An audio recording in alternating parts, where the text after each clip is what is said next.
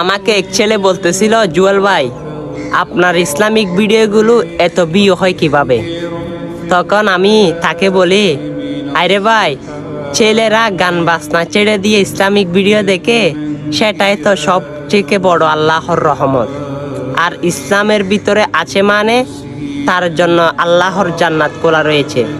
হ্যাঁ, জান্নাতে যাওয়ার কিন্তু সবার শখ। কেউ কি জান্নাতের দোয়াটি শুনতে চায়?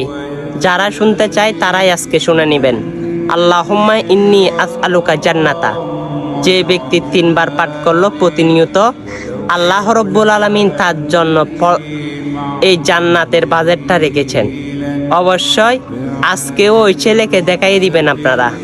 এই জান্নাতের দোয়াটিও মানুষের কাছে বেশি বেশি পৌঁছে, আর মানুষ বেশি বেশি শেয়ার করে, আর মানুষ বেশি বেশি শ্রবণ করে, আর ভিডিওটা মানুষের কাছে পৌঁছে দিবে। আমিন।